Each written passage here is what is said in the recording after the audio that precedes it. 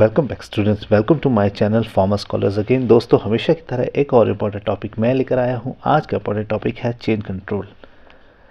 Change control pharmaceutical industry का एक बहुत ही इम्पॉर्टेंट पार्ट है और इसमें क्या क्या स्टेप्स रहते हैं, क्या प्रोसीजर होता है, क्या होता है चेंज कंट्रोल, ये सब जानेंगे इस वीडियो में।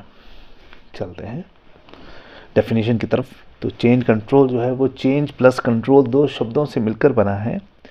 चेंज यानी कि किसी तरह का मॉडिफिकेशन करना, रेक्टिफिकेशन करना, है ना। तो ये प्लस कंट्रोल, कंट्रोल का मतलब है उसको प्रॉपर डॉक्यूमेंट करना, किसी भी चेंज को प्रॉपर डॉक्यूमेंट करना ताकि उसको प्रॉपर कंट्रोल किया जा सके। ठीक है, डॉक्यूमेंटेड करना उन चेंजेस को जो आपने किसी एग्जिस्टिंग सिस्टम में परफॉर्म करे हैं।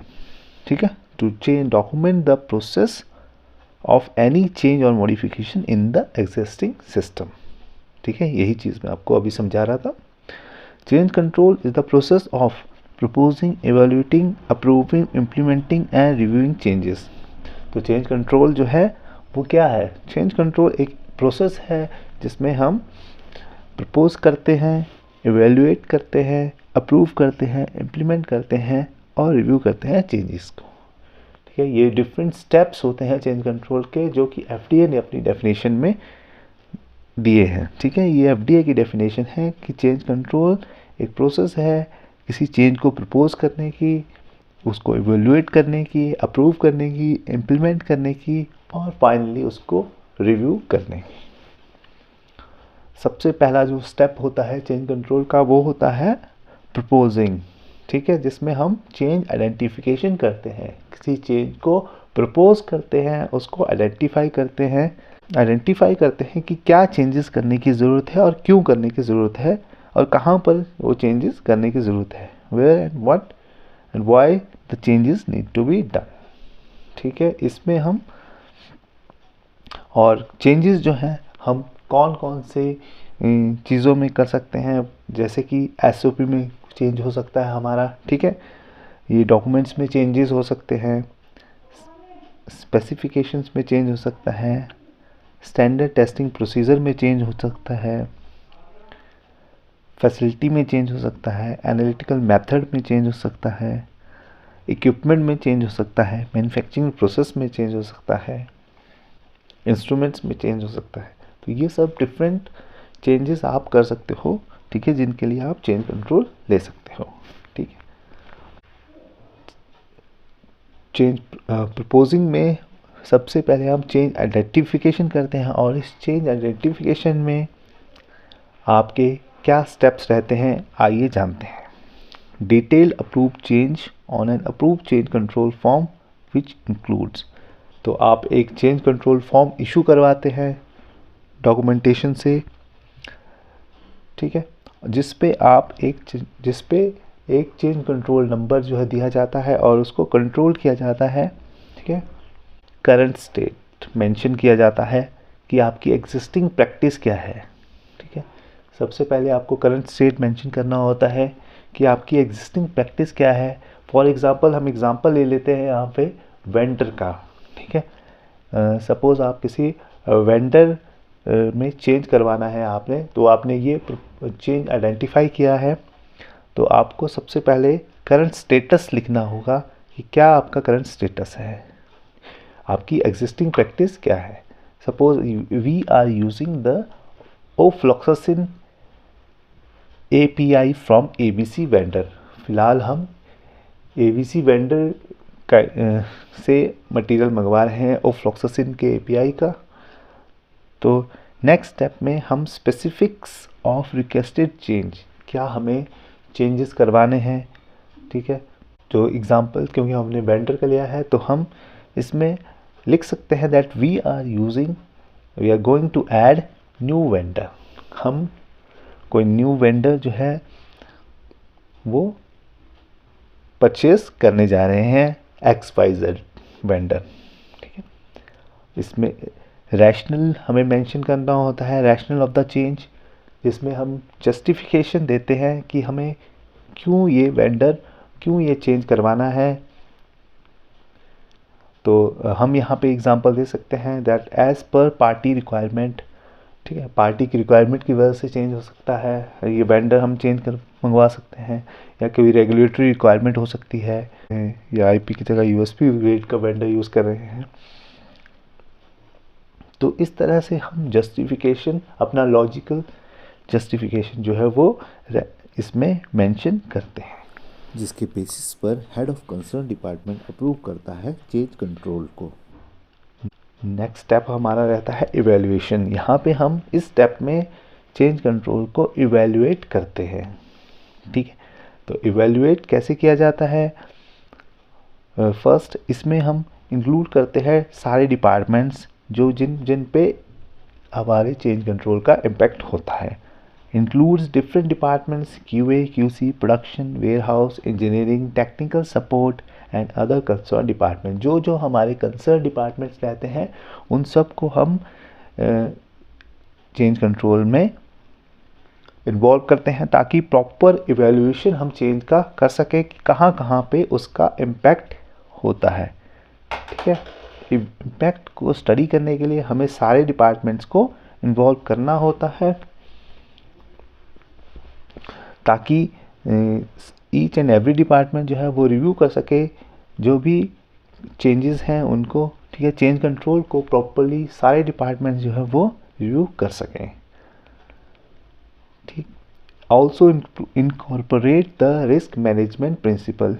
यहाँ पे रिस्क मैनेजमेंट प्रिंसिपल को इनकॉर्पोरेट किया जाता है, ठीक। यानी कि रिस्क असेसमेंट स्टडी की जाती है कि जो हमारा जो चेंजेस हैं उसका इम्पैक्ट जो है वो माइनर है, मेजर है या क्रिटिकल है। इस चीज़ को इवेल्युएट किया जाता है इवेल्यूएशन में, ठीक है। और इवेल्यूएशन करने के बाद फिर हम डिसाइड करते हैं कि इसको कौन सी कैटेगरी में हमें रखना है, ठीक है। माइनर की कैटेगरी में या मेजर की या क्रिटिकल की, ये हम डिसाइड करते हैं इवेल्यूएशन स्टेप में कि हमारा चेंज माइनर है, मेजर है या क्रिटिकल है, ठीक है। और उस हिसाब से फिर हम ये भी डिसाइड करते हैं कि कितने टाइम में हमारा टारगेट रहता है इसको क्लोज करने का। Form change control committee to ensure that change is fully assessed at any impact that could अगर इज कंसीडर। तो हम एक चेंज कंट्रोल कमेटी जो है वो बनाते हैं इसके लिए, ताकि हर डिपार्टमेंट में ये चेंज कंट्रोल जो है वो डिस्ट्रीब्यूट हो सके और हर डिपार्टमेंट को अपने हिसाब से उसका इम्पैक्ट जो है वो असेस कर सके, ठीक है, कि क्या क्या इम्पैक्ट इसका पड़ सकता है डिफरेंट एरियाज़ में। तो जो भी कंसर्न एरिया हैं वो अपना अपना इम्पैक्ट देख सके, ठीक है। तो एक कमेटी बनानी चाहिए ताकि जो है वो सब में डिस्कस हो सके इस चेंज कंट्रोल के बारे में, और सब अपने अपने हिसाब से जो है उसका इम्पैक्ट जो है वो इवेल्युएट कर सकें। नेक्स्ट स्लाइड की तरफ चलते हैं, इम्प्लीमेंटेशन।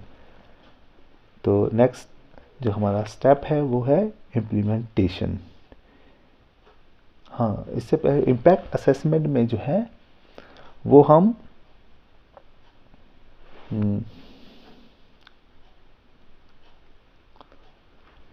इम्पैक्ट असेसमेंट में हम मेथोडोलॉजी भी स्टडी करते हैं, ठीक है।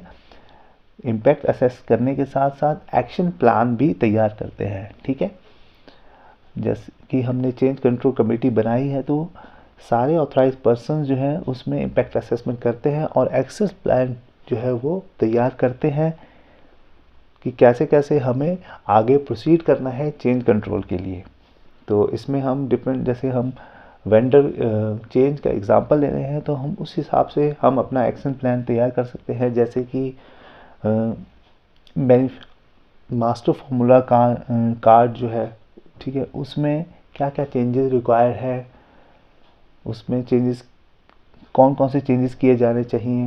दूसरा, प्रोटोकॉल डिज़ाइन करने की ज़रूरत है या नहीं, होल टाइम स्टडी करने की ज़रूरत हम रिक्वायरमेंट है या नहीं, ट्रेनिंग जो है वो ज़रूरत उसकी है या नहीं। तो ये सब चीज़ें जो है हम एक्शन प्लान में जो है तैयार करते हैं, कब जो है ये सब करने हैं और कौन कौन से स्टेप्स करने हैं, ये सब हम एक्शन प्लान में तैयार करते हैं। तो नेक्स्ट स्टेप है इम्प्लीमेंटेशन। ये सब एक्शन प्लान तैयार करने के बाद हम जो है अपने चेंज कंट्रोल को इम्प्लीमेंट करने के लिए रेडी होते हैं, बट हमें कुछ चीज़ें ट्रैक करनी होती हैं, जैसे कि the progress of all pre change implementation actions to ensure each action is complete before the date of implementation. Implement करने से पहले जो भी हम चेंज कंट्रोल को इम्प्लीमेंट कर रहे हैं, हम एक जो है वो हमें फॉलो अप लेना ज़रूरी है, ठीक है, कि जितने भी हमारी एक्शंस हैं वो कंप्लीट हुए हैं या नहीं, ठीक है, कोई किसी तरह का काम जो है पेंडिंग तो नहीं रह गया कहीं से। तो ये सब चीज़ें हम चेक कर लेते हैं फाइनल चेंज कंट्रोल को इम्प्लीमेंट करने से पहले। सपोज़ ट्रेनिंग प्रोवाइड नहीं की गई है, ठीक है, तो हमने फॉलोअप में ये पाया कि ट्रेनिंग प्रोवाइड नहीं की गई है, तो हम एक रिमाइंडर भेज सकते हैं कंसर्न डिपार्टमेंट को कि वो ट्रेनिंग प्रोवाइड करे टू ऑल कंसर्न पर्सन्स, ठीक। और attach documentary evidence of the change control form. जो भी हम चेंज कंट्रोल कर रहे हैं तो उसके साथ हमें एक डॉक्यूमेंट्री एविडेंस ज़रूर अटैच करना है, ताकि उसके बेसिस पर सब उसको प्रॉपर स्टडी कर पाएँ चेंज कंट्रोल को, ठीक है। जैसे कि हम डॉक्यूमेंट्री एविडेंस अटैच कर सकते हैं, जैसे कि वेंडर सर्टिफिकेट्स, ठीक है, ड्राफ्ट कॉपी, जो भी हम चेंज कर रहे हैं उसकी ड्राफ्ट कॉपी अटैच कर सकते हैं, ताकि एक क्लियरिटी हो पाए जो भी उस पर्सन जो है वो इवेल्युएट कर रहा है, इम्प्लीमेंट करने जा रहा है चेंज कंट्रोल को। तो ये सब जो भी चेंजेस हैं आपके, इनको डॉक्यूमेंट्री एविडेंस अटैच करना बहुत ज़रूरी है साथ में। तो लास्ट स्टेप है, last but not the least step है ये रिव्यू ऑफ इफ़ेक्टिवनेस चेक करते हैं इसमें कि perform review of effectiveness of change with in 3 months of all actions. Final जो हमारा स्टेप रहता है वो रिव्यू रहता है, इफ़ेक्टिवनेस की रिव्यू, कि कितना हमारा जो हमने चेंज कंट्रोल इम्प्लीमेंट किया है वो कितना इफ़ेक्टिव है और कितनी प्रॉपर तरीके से वो इम्प्लीमेंट हुआ है। इन चीज़ों को हम चेक करते हैं। Perform review of effectiveness of change with in 3 months of all actions. तो ये सारे एक्शन कंप्लीट करने के बाद जो इफ़ेक्टिवनेस हमें चेक करनी होती है चेंजेस की, वो हम 3 महीने के विद इन जो है हमें कंप्लीट करनी होती है। Assess and record the effectiveness of the change appropriately. जो चेंजेस जो है हमने परफॉर्म करे हैं उनका हम इफ़ेक्टिवनेस जो है कितने इफ़ेक्टिव है और कितनी प्रॉपर्ली वो इफ़ेक्टिव हो चुके हैं, इस चीज़ को हमें डॉक्यूमेंटेड करना है इस रिव्यू में। Discuss them at quality management review system. और इन चीज़ों को हमें डिस्कस करना है अपनी क्वालिटी मैनेजमेंट टीम के साथ। हमें डिस्कस करना है कि कितना इफ़ेक्टिव हमारे चेंज कंट्रोल्स हैं। इन चीज़ को हमें जो रिव्यू मीटिंग होती है क्वालिटी मैनेजमेंट की, उसमें इसे डिस्कस करना होता है। Make decision that if further modifications are needed और if the changes are complete. और फाइनली हमें डिसीजन ज़रूर लेना है कि मॉडिफिकेशंस किस तरह की ज़रूरी है या नहीं, चेंजेस कंप्लीट हैं या नहीं। तो इस फाइनल डिसीजन हम इस बेसिस पर लेंगे, ठीक है। इस डिस्कशन के बाद हम ये डिसीजन लेंगे कि हमें किसी तरह की चेंज कंट्रोल में मॉडिफिकेशन की ज़रूरत है या नहीं। अगर जो है इनकी ज़रूरत नहीं है तो हम चेंज कंट्रोल को कंप्लीट कर सकते हैं और उसको क्लोज कर सकते हैं। That's it for today. Thanks for watching. I hope आपको समझ आ गया होगा। किसी तरह की कोई क्वेरी होगी तो आप कमेंट बॉक्स में पूछ सकते हैं। Thank you.